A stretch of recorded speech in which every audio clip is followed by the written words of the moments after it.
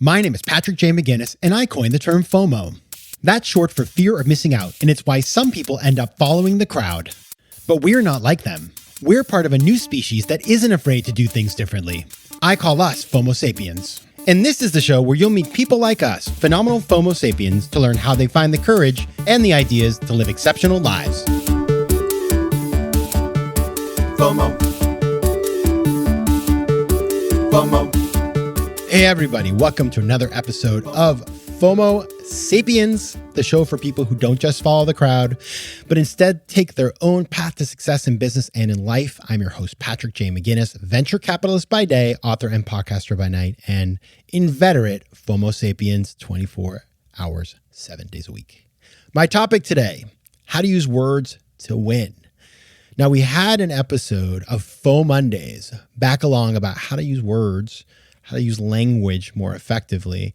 And I got a letter from, well, not a letter, an email from a listener, Ciros Futuros from Melbourne, Australia. And he was so kind to write in and say that he enjoyed that episode and that coincidentally he was reading Jonah Berger's new book called Magic Words. And he wanted me to know about it because it is very much a FOMO Sapiens topic. It's about persuasive language. And he was expecting me to announce that we're going to be talking to Jonah Berger that very Thursday. And I got to tell you, I was like, wow, I have not heard of this guy. But then I guess I had heard of him because when I looked him up, Jonah Berger, I realized I had seen his stuff and I liked his stuff and that he's a smart guy and a good guy. And so I just cold called Jonah.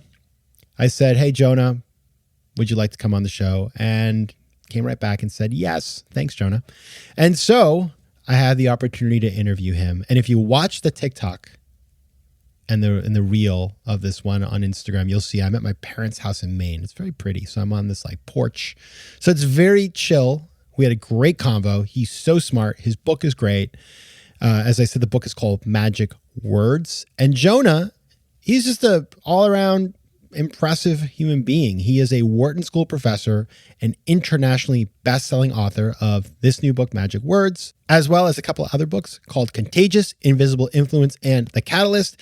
He is a world-renowned expert on natural language processing, change, word-of-mouth, influence, consumer behavior, and why things catch on. That's pretty cool. He has published more than 80 articles in top-tier academic journals, teaches one of the world's most popular online courses, and very sort of widespread outlets like the New York Times and HBR often cover his work. He has keynoted hundreds of major conferences and events like South by Southwest and the Cannes Lions. He does it all. He advises early stage companies and consults for lots of companies like Apple and Google and Nike and many others. So that is it's a pretty impressive guest. And you're going to learn a lot. We're going to talk about how choosing the words you choose can have surprising advantages in all kinds of situations, and we'll get specific on that. We're going to talk about specific tools you can use to project confidence or to use people's desire for belonging to get them to shift their behavior, even with a kid, by the way, not just in business, in life. And we're going to get lots of ideas in marketing, negotiations, and just basically managing your life more effectively by using language. So it's going to be good. Now, small ask of the week. Let me see if I can use some of Jonah's little tricks on you guys. So if you want to be a learner and a belonger, check out my Substack. You can be a subscriber by going to patrickjmcginnis.substack.com. That's patrickjmcginnis.substack.com. It is the best Substack in the universe.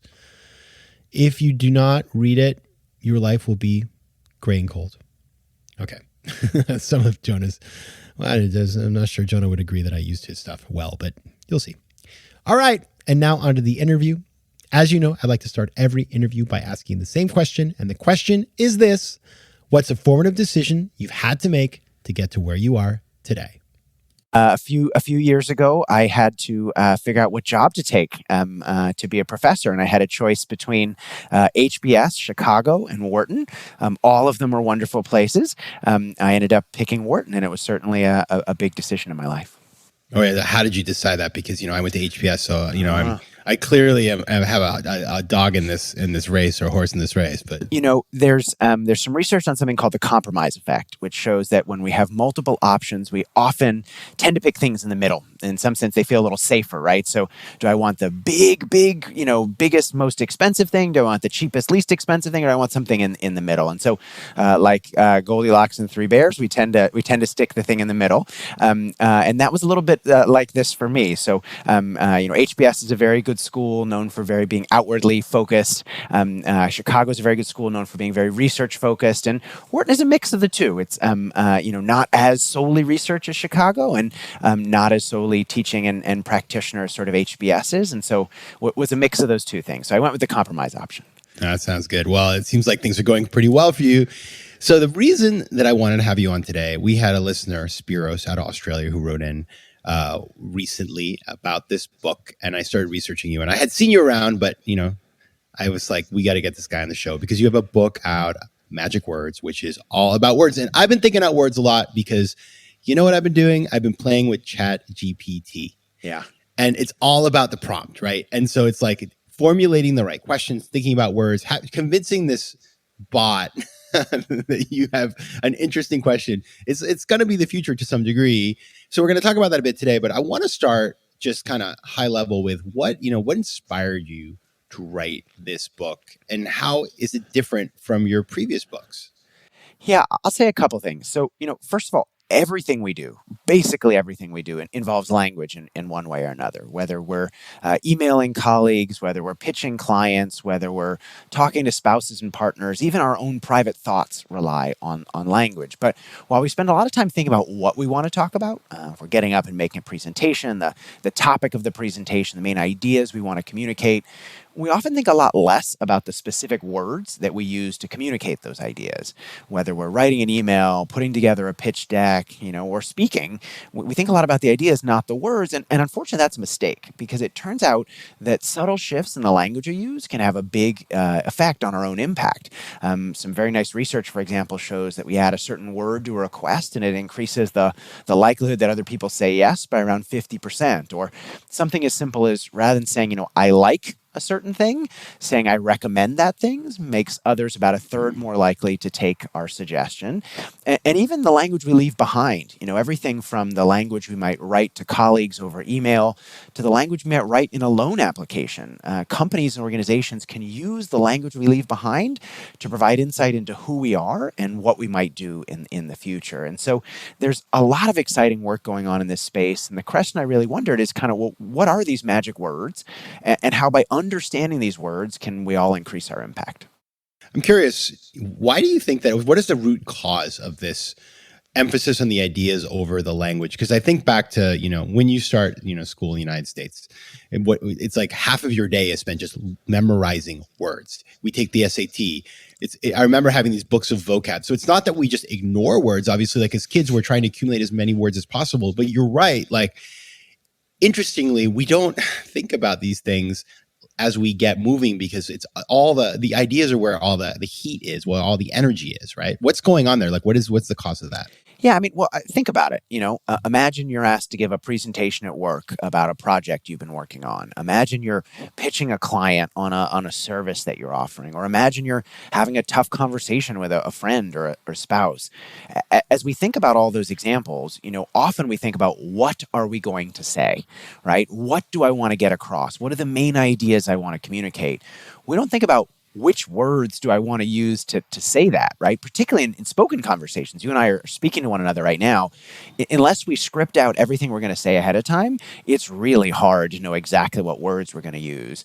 And even in written communication, right? When we have more time to construct and refine what to say, usually we start by focusing on that outline, right? The main ideas we want to communicate, and then we fill in the words. We don't spend as much time, unless we have a lot of time, thinking about the specific words to use. Are there some people who just inherently, naturally do this, so incorporate this thinking into what they do? Or is it, and give us an example of somebody who you think does that well? It's been really interesting thinking about this because I talk to some people and they go, oh, you're writing a book on language. I have this friend that's such a great speaker. Every time they talk, everybody listens. Or, someone will say, man, I wish I was a better writer. I know so-and-so and they're an amazing writer. And every time they write something, I just want to read what they have to say. I think we have this intuition that, being a good speaker, being a good writer is something that you're born with. You either have it or you don't. But what I found is so interesting is, if we understand the science, why language works, how language works, we can all become more effective writers and speakers. And I think we don't think of ourselves as writers and speakers because that's not what we do, right? We don't get up on a stage, most of us, and talk to tens of thousands of people. We don't write books or plays or movies, but we're all writers. I mean, we're constantly writing emails and presentations and content, and we're all speakers. Whether we get up on stage or not, we are speaking in a meeting, we are speaking at the dinner table, we are talking on the phone. And so by understanding how language works, whether or not this is our full-time job or just something we do as part of our job, we can all do it better. All right, so let's get into it. You have this concept of magic words. So let's define that. And what is that really? What are you pointing to when you use that expression? Yeah, well, so there are 6 types of language that I talk about in the book, and I put them in a framework called the SPEAK framework to help folks remember it. The S is the language of similarity and difference. The P is the language of posing questions. The E is the language of emotion. The A is the language of agency and identity. The first C is the language of confidence, and the second C is the language of concreteness. And if you're sitting there going, well, wait a second, speak doesn't end with 2 C's, it ends with a K. You're exactly right, it does end with a K. I couldn't come up with a better way to stuff these 6 things into a framework, so we're stuck with speak with 2 C's. But I'll give you an example of one example of magic words to help us think about it. And it comes from the agency and identity chapter, the A in that word speak. And so a number of years ago, some researchers were interested in how we get people to do something, how we get them to say yes, right? We're often asking people for help. We're often asking maybe for a nonprofit to do things like vote or take a certain action. Sometimes people do it, sometimes they don't. How could we, as requesters, get people to be more likely to help us out? Okay, so they go into a local elementary school, group of 4 and 5-year-old kids, and they ask the kids for help cleaning up the classroom. It's a mess, right? So there are books on the floor, there are crayons everywhere. It's a mess. For some kids, they say, hey, can you help clean up? And for other kids, they take a slightly different approach. They say, hey, can you be a helper? Now, the difference between help and helper is infinitesimally small, right? It's a couple of letters. Yet that couple of letters leads to a 30% increase in people's willingness to help. And it's not just kids in classrooms, right? We might wonder, oh, but do adults do this in real consequential decisions? Well, another study more recently looked at voting. They asked people to vote, and for some people, they sent them a note saying, hey, will you go vote? For others, they sent them a note saying, hey, will you be a voter? Now, again, the difference between vote and voter is quite small. In this case, it's only 1 letter. Yet asking people to be a voter rather than vote led to about a 15% increase in people's likelihood of turning out at the polls. And so what gives, right? Why is voter more effective than vote or helper more effective than help? And it turns out what it's all about is the difference between actions and identities.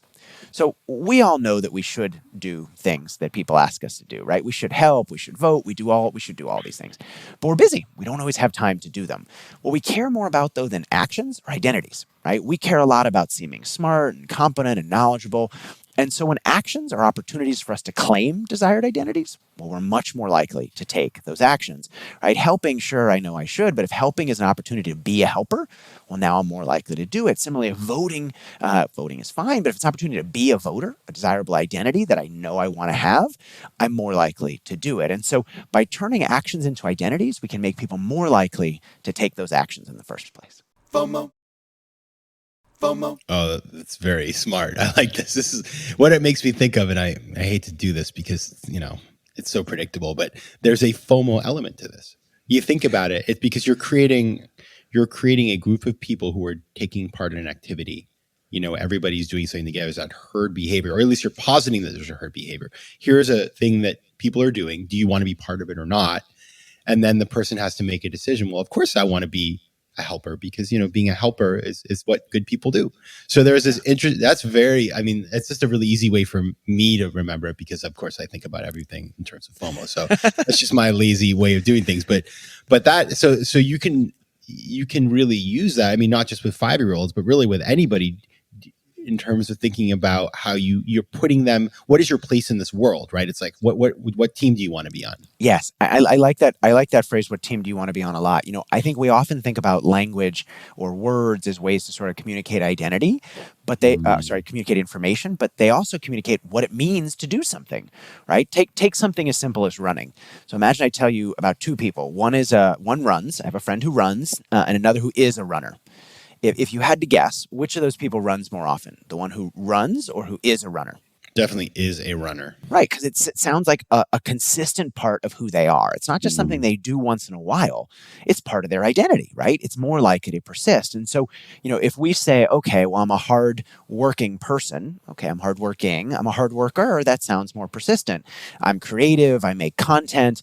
Okay, I'm a creator. Well, that sounds like a full-time job, right? And so by shifting from kind of actions or adjectives into identities, it seems much more permanent, and it can motivate ourselves as well as others, right? If I want to run more often, if I start describing myself as a runner, well, man, I really got to go out there and do it. Otherwise, I can't call myself that. And so by shifting the way we talk to both ourselves and to others, we can change what it means to engage in a particular action and how likely we and others are to do that action. Wow. I don't know, Jonah, have you heard of this book, Life is in the Transitions by Bruce Feiler? I don't know if I have. You should check it out. It was a really successful book that came out during the pandemic, and Bruce is fantastic. But one of the things he talks about, and we talked about this with a bunch of guests, but the fact that everybody has their own personal narrative that runs in their life, and that sort of orders their life. And when you lose the narrative, when you lose the story because you lose your job or you break up your spouse or whatever that thing is, when that story becomes untenable, we have to retell ourselves the story. And what I hear and what you're saying is, like, if you can get people to integrate what you are trying to convince them to do into their own personal narrative, it's gonna be a heck of a lot easier to move them off of the block or whatever. Yeah, I mean, think about it, right? If I'm sitting there going, okay, do I want to vote or do I want to help? That's just a one-off thing. But if I'm sitting there going, who am I? What do people like me, that identity, tend to do? Well, if this is a thing that people like me tend to do, well, much more likely to do it, because it's not just voting, right? Yeah. It's an opportunity to be who I want to be, or in some cases, avoid who I don't want to be, right? Research finds in the opposite direction. Cheating on a test is bad. Being labeled a cheater would be even worse. And so when cheating on a test in an experiment, they find, would make people a cheater, now they're less likely to do it. There's that old campaign, it doesn't say don't litter, it said don't be a litter bug. Why? Well, hold on, littering, yeah, okay, I shouldn't litter, but being a litter bug, hold on, I don't want to be labeled this negative identity, and so now I'm less likely to do this thing. And so it's really about making it a more stable part of who people are and how they see themselves, rather than just something that's, here today and gone tomorrow. Is there a brand that you sort of think of that does this particularly well that we can sort of point to and see how they're using this?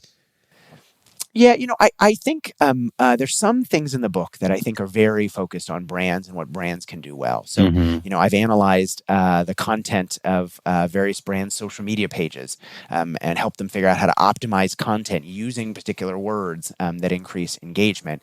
In this case, I think it's less of something brands would do and more something that people would do on sort of in their own personal lives. As a leader, as a manager, even as an employee or a parent, it's a simple trick we can use to sort of encourage others to go in the right direction. All right. So let's move on to the next one on my list, because this is the one that I really love, because I think it is something that MBA students do really well, which is convey confidence. Like you throw an MBA and they're like certain of everything, which I remember when I started studying, because I just wasn't raised that way. I mean, I'm from, a small town in Maine, right? There's no confidence conveying happening.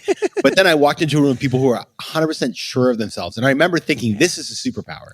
Yeah. Talk about conveying confidence and how this plays into the system. Yeah. So I want to talk about confidence. And to do that, I want to use a particular example. So is it okay if I tell a little bit of a story? 100%. Okay, great. So, I want to focus on a political figure, not because I want to get into politics. Everyone's entitled to believe whatever they want, but because I think it's a useful example. So take Donald Trump, and whether you like Donald Trump or you hate Donald Trump, you're entitled to your opinion. You can't deny he's done a great job of motivating his audience to follow him. He's done a great job of selling his ideas, right? Getting people to be on board. If you like those ideas, fantastic. If you hate those ideas, you're probably angry that he's been able to do that. But more importantly is why, right? What is he doing doing that gets people to go along? And so if you look at one of his speeches, for example, one of the speeches he made when he first announced his original presidential run, he said something like, America doesn't have victories anymore. We used to have victories. We don't have them anymore. If I'm elected, I'll build a great wall, and I'll build it quickly and cheaply. If I'm elected, we'll beat China all the time. I beat trade deals in China all the time. And different people had different opinions about this speech. Some liked it, some didn't like it. The people who didn't like it said it was overly simplistic and bluster. And yet a year later, he's elected president. And so even if you hate Trump, which you're entitled to, or you like him, which is fine also, what is he doing right? And if you look closer, he's doing something really interesting.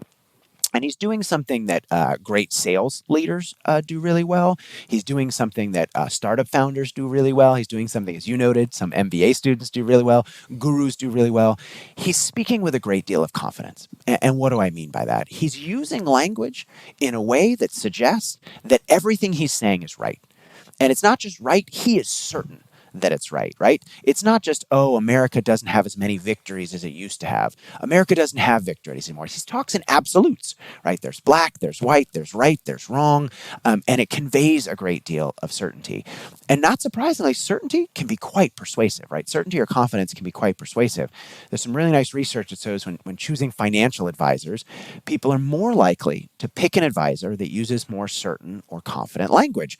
Why? Because it seems like what they're saying is more likely to be right? Even though that person might be overconfident or is no more likely to be accurate, they pick it because it seems like they're confident. As you said, though, contrast that with most of us, right? I'll pick on myself for a moment. I do lots of consulting projects. Someone will bring me in. They'll say, what do you think of this strategy? And I'll say something like, oh, yeah, that might work. Or I think that's a decent idea. Or, yeah, that's interesting. That could happen, right? And what I'm doing is I'm using a lot of what are called hedges. Yeah. Might, could, possibly, I think. And while we tend to use them as crutches, right, because we're not 100% sure, we don't want to seem overconfident. Unfortunately, hedges often undermine our impact. They make us seem like we're less confident in what we're saying. And as a result, they make other people less likely to listen. And so we need to understand the language of confidence and, more importantly, how to apply it. So here's the cognitive dissonance. And I know this is I'm sure you've thought a lot about this. It's sort of like, okay, great. You're right. Trump is very effective. And what's interesting, of course, is when you look at a number of the things that he says, it's pretty obvious that they're not factual. Like, it's not that they're bald-faced lies, but when you say, for example, I'm not saying he says, but he says, well, America never wins anymore. Well, I could give you plenty of examples that are wins. And so those declaratives, when we make them, when we're highly charismatic and we have a platform and stuff, then obviously the implications of saying things that are factually unverifiable is different than if you're a sort of a mid-level employee in a company and you're dealing with your boss. And I see you're nodding, so we agree with that. Yeah. How do you thread the needle around using this certainty in an effective way and not being completely uncredible to all the people around you? Yes. Yeah. And so first of all, let's be careful. I'm not saying that you should always speak with certainty. For sure. What I want us to realize, first of all, is that are we speaking with certainty or not? Mm-hmm. Right? I think many of us go, oh my God, so-and-so is so charismatic. How do they do it? I'll tell you how they do it. They speak with certainty, right? Now, you can sit there and go, hold on, right? I don't want to speak with certainty in this situation because I'm not so certain. And I'm not sure it's going to work out this particular way. And so I don't want to seem overconfident. Or you can say, this is a situation in which I do want to communicate certainty, but without understanding what communicates certainty, what types of language. Hedges, for example, make us seem less certain. Fillers, I talk about words like definites. There are a bunch of things in this chapter, types of language I talk about. But without knowing, we can't communicate the right way. So first, I think we need to understand what certainty is. But second, as you said, we need to leverage it in the correct way, right? Let me give you an example. Let's say I'm not sure something will work. I think something's a great strategy, but I'm not sure if it's going to work. And I'm not sure if it's going to work because I can think of some problems with that strategy. Notice there are a couple ways to say that. I can say, I'm not sure that's going to work. It might work. Or I can say something like, I think this is a great strategy, but to make this strategy work, we need to make sure these three things happen. And notice the difference there. I'm sounding quite confident. And I'm not sharing anything other than my opinions. And I'm indicating where the uncertainty is. We need to make sure these three things will happen to make the strategy work. But in some sense, I'm owning the uncertainty there, right? I'm being very clear about what is known and what is unknown and what we need to do to achieve the outcome I think we should achieve. Because when I just say that strategy might work, I'm actually not only indicating uncertainty, I'm being unclear because I have some strong opinions. I think it's a great strategy. I'm not sure it's going to work because of these three things, but if we make these three things work, I'm pretty sure it will work. Well, now I sound a lot more confident. And so owning that uncertainty and being clear where it is and calling it out can both indicate more confidence, increase persuasion, but also not seem overconfident. FOMO. I was thinking as you're talking, I'm like, yeah, like McKinsey would never say, sort of like in their deck at the end, we're not sure this will work. They will say, this will work. Here are the three considerations. And that's why people pay millions of dollars to McKinsey. But they're being very clear, right? Mm-hmm. They're saying, if we do these three things, this will happen. Now, I can't guarantee these three things will happen. That's what we got to work on. But I'm calling out the uncertainty. I'm not just being generally uncertain. I'm calling it out. And also notice the difference between it seems versus it seems to me.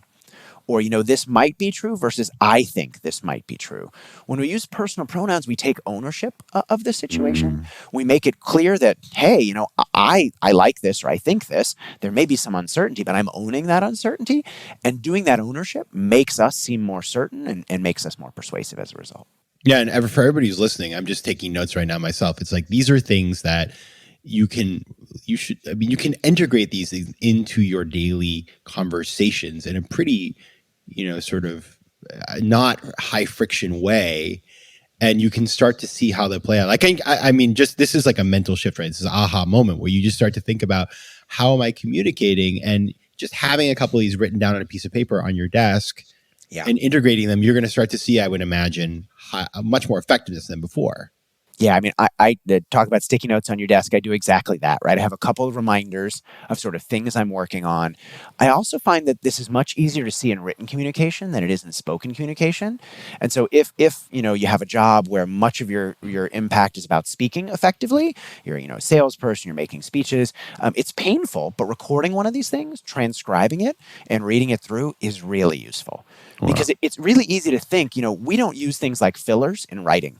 When we're writing an email to someone, we don't say, those type of things because we get rid of them. When we're speaking, we often use a lot of fillers because we're not sure we want to say and we want to pause the conversation while we take some time to think. But those fillers make us seem uncertain and make us less persuasive. And so by recording those conversations, by transcribing them, by looking and seeing all the ums and uhs and fillers, we can take a step back and go, wait a second, maybe I'm not communicating the way I want to communicate. What can I do to improve it? Yeah, the fillers are in written language are emoticons and lol. I mean, how many times I texted my mom who's in her 70s and it's lol, and I'm just sort of thinking, Mom, like, what's going on here? So don't do that either. Yes. Now I have a couple more questions for you, and we're going into into a little more esoteric, but I think very valuable. The first is this. So FOMO Sapiens listeners are all over the world. We've got people in every corner of the planet. And I'm curious, as you think about your work in a global context, is it always the same? Because one thing that I particularly notice in America is that we are trained from a young age to do a lot of these things.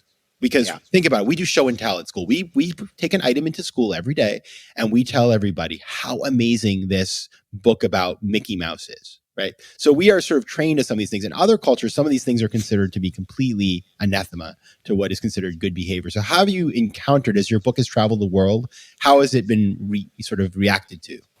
There are certainly different norms in different cultures. I wouldn't say Americans are better or worse at this. And I would say that the psychology is very much the same. So the words, for example, that make us seem certain or uncertain are the same across cultures. The words might or probably always indicates uncertainty, for example. But different cultures have different ways of communicating. I was doing something recently where somebody from Germany was talking, and they were interacting with some folks in the United States. And they said, it was weird. I was asking someone for an interview, and I thought they said yes based on the language they used. But then I was confused because I said, okay, let's schedule it. And then what they really meant was no. But they had said it in a way that I was confused because they were so sort of polite and indirect about it that I didn't actually know what they were saying. And so I think there are cultural differences in, for example, how certain we want it to seem, how desirable it is to seem certain, even within cultures, right? Think about if you're the boss or, high up in a company versus if you're, a middle manager, you just joined an organization, how certain you want your language to be varies. It's not just about the United States versus a different country. It's about sort of the role you're in and the situation that you're in. And so to me, language is a tool. This book is a toolkit book. There are lots of different tools you can pull out of your toolkit, but it's about understanding when and how to use those tools effectively. All right. Context matters. And finally, so I mentioned ChatGPT earlier. You can't have a conversation today without talking about generative AI. It's not allowed. The metaverse is dead. It's all about it. And so the question I have for you is, I'm sure you've played around with it, and it's fascinating because it's all language based, right? And so, Yes. It's textual, and I read the syntax, and I'm just fascinated. When you read GPT, how is it using language? Is it using language convincingly? How do you kind of look at it in your framework of magic words? I think for the moment, what it's doing is very impressive. But what it's doing is different than I think what some of us think it's doing. So it's doing a really good job of producing language effectively. So it's doing a really good job of producing language that we don't think a machine produces, right? We ask it a question, it answers like a person does. That's really impressive. I'm not sure yet that it's optimized for the most impactful language, right? I think right now it's optimized for answering questions and doing it well. Is it going to write the best sales pitch? I don't know. And so I think we'll see as time goes on, it'll get better at that, but I don't think it's there at the moment. All right. So if you want to find out more about Jonah's work, you can go to jonahberger.com. The book, which you've been enjoying the ideas, but go pick it up because I think this is just, I've really enjoyed reading it. And I thought I was pretty good at convincing language, but I've been picking up some tips. The book is called Magic Words, What to Say to Get Your Way. Jonah Berger, thank you so much for being here. Thanks for having me. FOMO. If you like today's show, please be sure to rate it and recommend it to your friends. And as always, you can find me on Instagram at Patrick J. McGinnis, on Twitter at PJ McGinnis, and on the web at FOMOSapiens.com or PatrickMcGinnis.com, where you can get all kinds of free resources to live a more decisive and entrepreneurial life. FOMO Sapiens is recorded in New York City. Theme music is by Mike McGinnis, and editing and post-production is by Josh Elstro. If you like today's show, please be sure to rate it and recommend it to your friends. And as always, you can find me at FOMOSapiens.com and at PatrickMcGinnis.com. To advertise on FOMO Sapiens, reach out to contact@FOMOSapiens.com. FOMO.